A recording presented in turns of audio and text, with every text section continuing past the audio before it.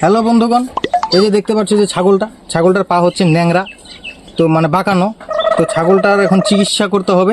চিকিৎসা করার জন্য পঙ্গু হাসপাতালে নিতে হবে। তো পঙ্গু হাসপাতালে নেওয়ার জন্য অনেক টাকা লাগবে। ডাক্তার বলেছে 10 লক্ষ টাকা লাগবে। 10 লক্ষ টাকা তো বর্তমানে আমাদের কাছে নেই।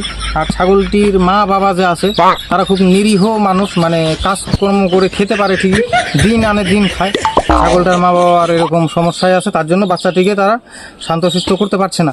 তো তার জন্য আপনাদের কাছে বিশাল ভাবে একটি অনুরোধ করছি, আপনারা যে যা ভাবে পারবেন দিবেন, সাহায্য করবেন, যাতে এই ছাগলটিকে বাঁচিয়ে পা দুটো ভালো করে প্লাস্টার করে আনতে পারি। তো ছাগলটি বড় হবে, বড় হয়ে শিক্ষিত হবে। তার মা বাবার এটা আশা আর কি। তো কেউ 50,000 10 লাখ এরকম ভাবে যা পারবেন দিবেন, যে যত পারবেন, যাতে একে বাঁচিয়ে শান্তশিষ্ট ভাবে যত বাড়িতে আনতে পারে সুস্থ করে। তো এর বড় কামনা আশা, এই চাকরি করবে বড় হয়ে। তো চলো ছাগল, এই দেখো নিংড়িয়ে যাচ্ছে কিরকম ব্যান্ড। তো যা, তোর মা অপেক্ষা করতেছে তোর জন্য, যা তোর মার কাছে যা।